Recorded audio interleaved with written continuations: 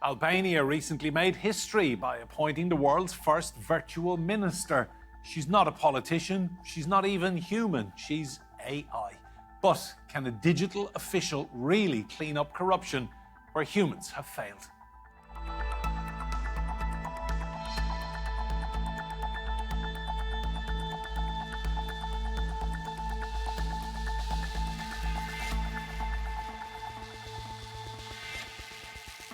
Hello and welcome to Roundtable. I'm Enda Brady. Now, Albania has come up with a bold experiment in governance with the world's first ever digital minister.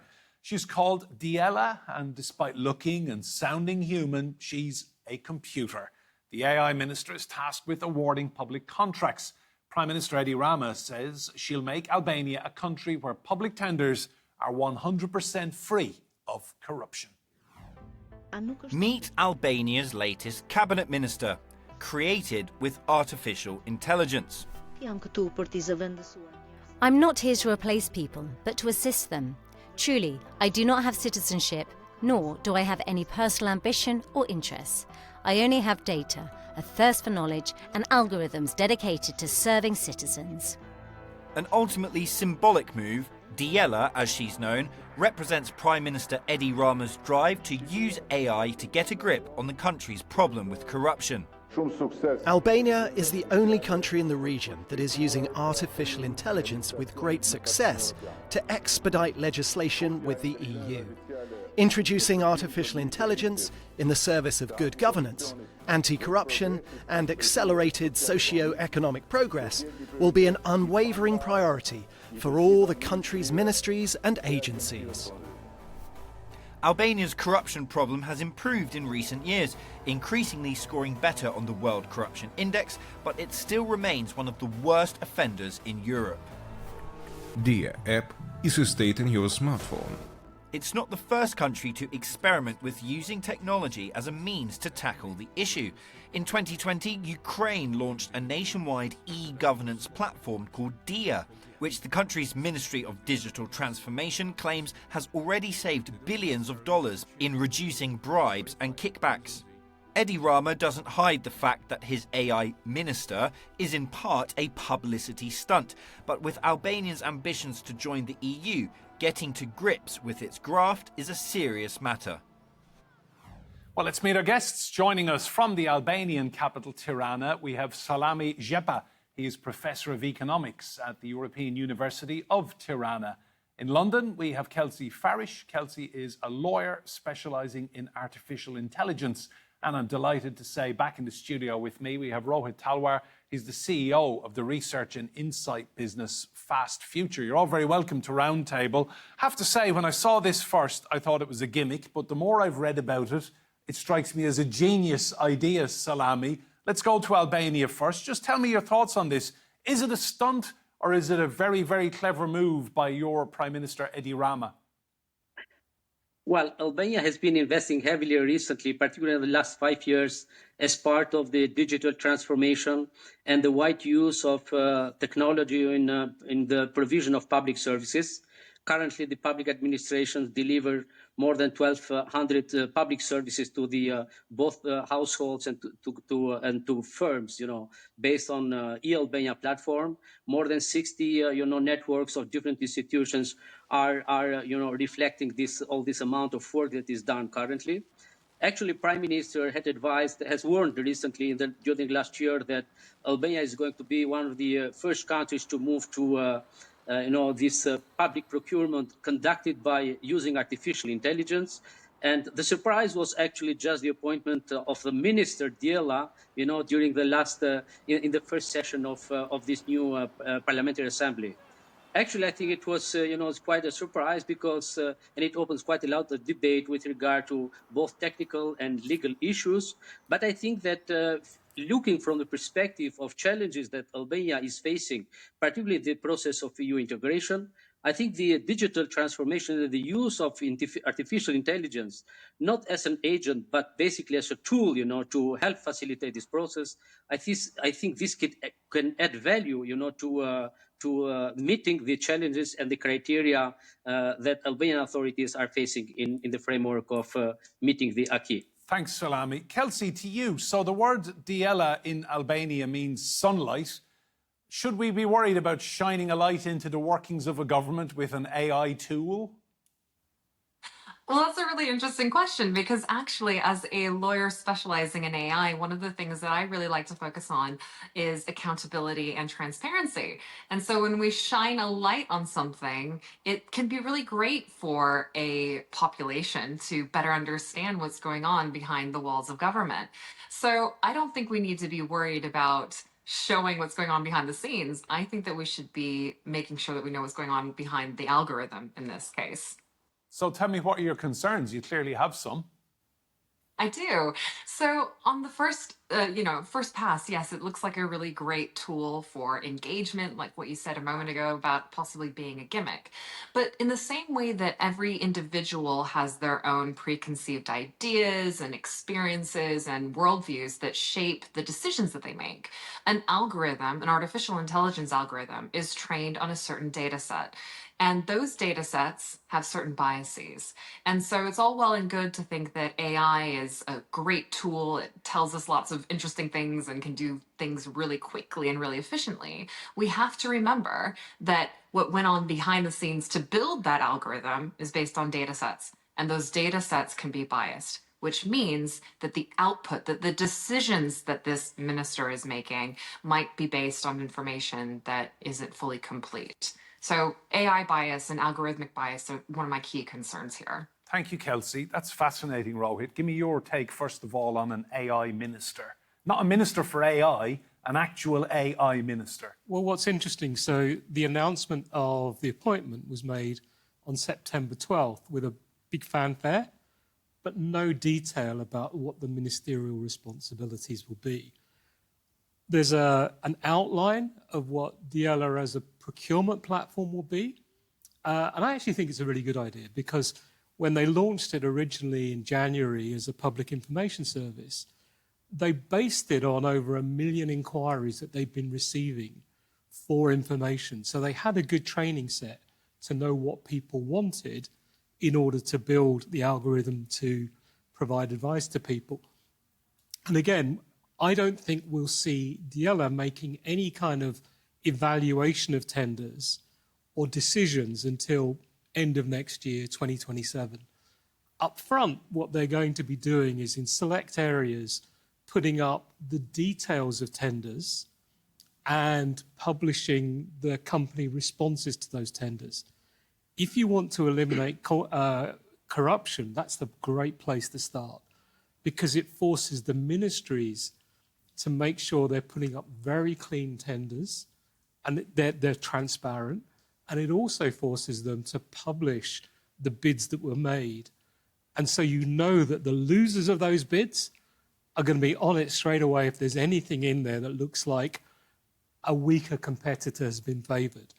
And also the public institutions that do oversight can do that oversight much more clearly. The next stage, when it starts to do the evaluation and it starts to make decisions, I think that's where, our colleague's point about transparency, knowing what's going on behind the algorithm becomes absolutely critical so that you don't end up building some bias in there. But I think by going at it in a measured pace and understanding what people are using it for and understanding how you structure the responses electronically so that you can see transparently everything that's going on, I think that's a very smart move. The other thing to remember is that Albania is doing a better job at this than most countries. Why is that? Partly because it's small, partly because, if you take Albania economy, and again, our colleague will be able to correct me, the economy is about $28 billion GDP. To put that in context, Turkey is about 1.4 trillion. So it's 1/50th the size of Turkey. So it doesn't have the budget to build these systems in the way that other countries might. And so it's got to put its, make its money work hard. Procurement is roughly 10% of its GDP, which means that's sort of around $2 to $2.5 billion a year. So if you can even make a 20% saving on that by doing the best bids, you're making a huge impact on the Albanian economy. So I think they are making very clever moves here. And I think there'll be so much scrutiny that they will work very hard to get it right on things like bias, legal acceptability, accountability, human involvement. So I feel like this is going to be one of the best examples of government use of AI. Thank you very much, Rohit. Selami, back to you. Talk to me about procurement in the Albanian government then. Clearly, over the past many decades, there will have been issues, allegations of corruption. Do Albanian people feel an AI bot is going to wheedle out all those kind of issues? Well, Albania has currently a procurement market of around 1.5 billion euros, which, given the dimensions of the Albanian economy, is quite a lot of money. And any kind of savings, I think, that can increase substantially the efficiency of public finance.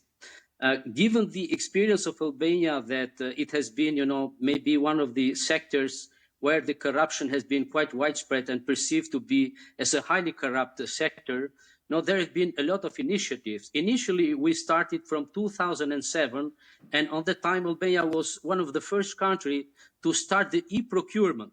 So all the public procurement was done through the use of technology. And this system has been upgraded, by years, adding new modules and services to the market operators. But still, initially, the impact was quite substantial. For example, the number of bidders, was less than 3, and then it went up to double, more than 6. And the amount of savings amounted up to 10% of public procurement funds. But by time, the system became corrupted. And therefore, that's why I'm saying that, one of the criticism is that the use of technology has the potential, but we don't know really if the process will be really free of corruption.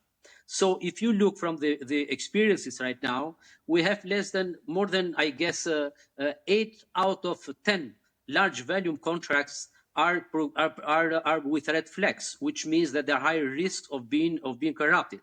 And 1/3 of all contracts are awarded, to one bidder, which basically means that there is serious, corruption practices in the public procurement, and therefore, given that the country has to deliver, and deliver fast, it is believed that the use of artificial intelligence, in the decision-making process, helping to facilitate, it can provide, better results. I am not very much sure because, as my colleague said, it depends very much who will write the tendering criteria, for example, and how the decisions should be reached. And therefore, the experience has shown that the process can be corrupted the same way as the human decision-making can be corrupted. So the idea is that if we want to improve the system, the efforts should go beyond using of artificial intelligence, but to improve the system as a whole, and by legal changes and also by other means of preparation of public administration, to increase the standards of integrity in this process. Thanks, Selami. Kelsey, back to you. Ultimately, anything that the AI minister comes up with will have to be signed off by human cabinet ministers. So this is a little bit of a flaw, isn't it? I mean, they can take a recommendation, but they can also overrule it. It's a flaw, but it's also a safeguard. Under the EU AI Act, which of course Albania is not an EU member, but it's a good place to start, we have to make sure that decisions always have an individual human who's accountable for those decisions that are made. So this kind of reinforces a question that I had earlier, which is, if effectively this AI minister is just a fancy piece of software, why are we dressing it up to be acting or appearing as a human in the first instance? Because AI is a really powerful tool. It's great for catching mistakes that humans might have overlooked. But if ultimately we have a person signing on the dotted line at the end of the day anyway, then why go through the charade of passing this off as like a human type minister when it's not? Why not just say, hey, we're just using this really great software and we think that it will, bring down the risks of corruption or other things like that. But your point is a really interesting one. We do need to make sure that humans are kept in the loop, not because humans are perfect or that we're infallible, but Because we are human, because we can connect with our constituencies, because we can have emotions, and that's what really brings us together. I just am a bit wary when people start looking at something and then maybe start projecting fears or hopes onto what is effectively really fancy software. Kelsey, just tell me, Albania, the first in the world to do this, if the Albanians make a success of this, can you see other countries copying their idea? I think that the point that was made earlier about Albania being a relatively small country as a great test case is a really powerful one. And in fact, we often see smaller countries, to include those in the Nordics, having really great experiences testing out novel technologies. And I definitely think that if this goes well, that we'll see it roll out at state level in the United States, or maybe at council level here in the United Kingdom. Where I get concerned is two things really. One is that if people, everyday people, not lawyers, not technologists, but everyday people, if they are not made aware of exactly what the limitations are here, if they don't fully understand that this is not a real person or a cyborg, it's just a fancy piece of software, then I think we can run into problems. The second thing is we need to be able to take this very slowly and very carefully and very cautiously and make sure that we have those guardrails in place. We're already seeing the ways in which, unregulated AI can have really serious implications, not just for the creative industries or personal finances, but when you start mixing in politics and decision making, that's where I get a little bit concerned. Thanks, Kelsey. Rohit, to you, looking at other countries, so the Americans are now investing billions and billions of dollars in AI and technology in the United Kingdom after President Trump's visit. You've got Silicon Valley in California, Chinese technology running away with the tech race, India producing so many highly qualified young software engineers. Why have none of these other countries done this? Well, they have. They're doing different things. So China probably has the most successful public large-scale AI solution in its legal system. So for cases involving IT companies and their clients, these are very complex cases. They take a lot of wading through. There aren't that many judges really up to speed with all the nuances. A jury is almost useless in these situations. And they've gone from those cases having more than a 20% appeal rate when handled by people to now doing them with AI and a less than 2% appeal rate. There's still a human at the end evaluating what the AI has come up with, but it does it in about 2 days rather than 20. And then you look at Estonia. Estonia has moved to using AI for small claims court cases. And in all these cases, what's happening is you're taking very large and complex sets of data and information which are very open to interpretation, just like tenders. And so for humans to go through that, there's always the risk of people interpreting things slightly differently. Emotions. Yeah, and that's where if someone's been told to favour this company's bid, they weight them slightly higher on certain criteria. It doesn't have to be blatant. It can be 1 or 2 points that give you the tender. You don't have to have some massive obvious fraud there. And so if we've got AI, wading through the text, providing comparative information against each tender, scoring them all equally, effectively scoring them without knowing the name of the company, then you've got a better chance of getting repeatable standard outcomes. And then humans can check that over and make sure there's no bias. And so I think that there are lots of good lessons to be learned. There are lots of things we need to be concerned about. Transparency, the ability to audit what's happened and to go back and see how decisions were made is critical. And then I think what's also really important is this idea of publishing the tenders so you can see exactly what the successful bidder wrote. Yeah. I think those things in themselves are going to force the ministries to be a lot clearer. Do you think transparency is important for the public? Yeah, and I think it will force the companies to have to be much clearer and not just take it for granted that they're going to win, but actually be transparent in what they're bidding for, knowing that they're going to be under scrutiny both electronically, but also by the wider public. Thank you, Rohit. Talking of scrutiny, Selami, European Union membership is a very big ambition for your country, your Prime Minister Edi Rama. This is the future of Albania, really. The one kind of obstacle that keeps cropping up is talk of corruption over the years in Albania. Do you think this AI minister could actually smooth the path to accession to the European Union for Albania? Well, as you said, the Prime Minister has been committing, the country, and on the political campaign, he was very much betting on the European Union by 2030, and actually all the negotiations are to be concluded by 2027. Well, at least artificial intelligence can help a lot the authorities in terms of adapting the acquis, because it has a huge volume of things that have to be translated and checked and so on. So there can be other much more important use rather than just using on public procurement. But still, I think that if the system can be audited and checked for the integrity, and if implemented, successfully, I think it has a great potential to really make a difference and give some advantage to the country. Meeting the criteria for the European Union, in particular with regard to corruption and fighting corruption, I think it's one of the hurdles and basic, the obstacle of the country, in terms of meeting the requirements of the European Union.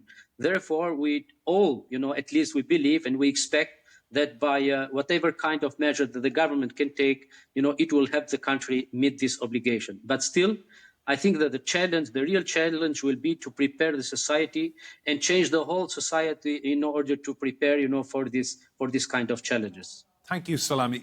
Kelsey, to you, I'm struck by something Rohit said the last time we spoke about AI. And he said in a 100-kilometre race, we are just lacing up our running shoes at the moment. Kelsey, are you excited by where AI can actually go for good if the Albanian government make a success of having an AI minister? Absolutely. I've been advising on AI, and specifically on AI-generated digital replicas, so people like our AI minister, since 2019. And back then, people were just talking about it as some sort of face-swapping technology. And now we're seeing it as a way not only for people to get into touch with more engaging media and entertainment, but also to be more engaged with political processes. And so people often say things like, oh, this is a bit gimmicky or it's a bit silly, but oh my gosh, we're now talking about issues that really matter, like procurement, like corruption in politics. And if it took some sort of digital replica that's being passed off as, some sort of, AI clone or cyborg or whatever, that's a great thing and a great conversation to be having in the first instance. And that's just a very small part of the problem, or part of the puzzle, excuse me, because, as we've been discussing, it's not just procurement. It's about having a good paper trail. It's about engagement. It's about reducing biases, human biases or human emotions. As long as we can ensure that humans are in the same room as the robot, I'm really excited for what the robot can help us discover about ourselves and how to improve our societies and our political processes. Thanks, Kelsey. Rohit, to you, just on that point about where the technology can go, if Edi Rama makes a success of this, he'll be seen as a visionary, won't he? I mean, he will go down in history as the first Prime Minister to appoint an AI minister. I'm guessing if it doesn't work, it'll be swept under the carpet very quickly. But there's the potential here for him to write tech history. I'm not sure if it's a mistake to call this software an AI minister, because it doesn't sound like it's making any ministerial decisions or giving ministerial advice. We need to wait and see what they're saying about that. You do have more and more countries having a minister for AI, which is different, which is sort of setting the policy for AI and the standards and training, which is great. So I think we need to see what they're actually going to do with that. And maybe it was a PR thing. They got too excited and sort of said there's a minister for AI or an AI minister. But he's not stupid, Rama. I mean, this is a very, very smart guy. So I can only think that behind the scenes, they're working on all sorts of interesting roles that AI minister will play and things that they'll do. But it's not clear yet what those will be. I certainly couldn't find any information. My researchers couldn't find anything in Albanian or in English about what they're doing, but maybe Selami knows more. We'll go back to Tirana and ask Selami. Just give us the The view of the average Albanian on the street, Selami, I know people are worried about cost of living crisis and everything else and life and where it's taking us. But just briefly, are people excited to be making world history with this? Well, mostly politicians have been doing a lot of traveling on the parliament and parliamentary discussions. But basically on the, the common public, there have been much more important priorities, as you said, the cost of living and other incomes and other things. But still, I think this is something that among the business community and between, a group of stakeholders, is taking some more attention, because now I think that we have to pay more attention and ask from government for more transparency in terms of information that how the system will work, because so far there has been no information at all from the governmental authorities. Selami, thank you so much. We will keep across this, and Kelsey Farish as well. Rohit Talwar here in the studio with me. Fascinating discussion. So, if you want more debate and discussion, just head for our YouTube channel, search for Roundtable TRT World. But for now, from me, Enda Brady, and all the team here, goodbye, and thank you for watching.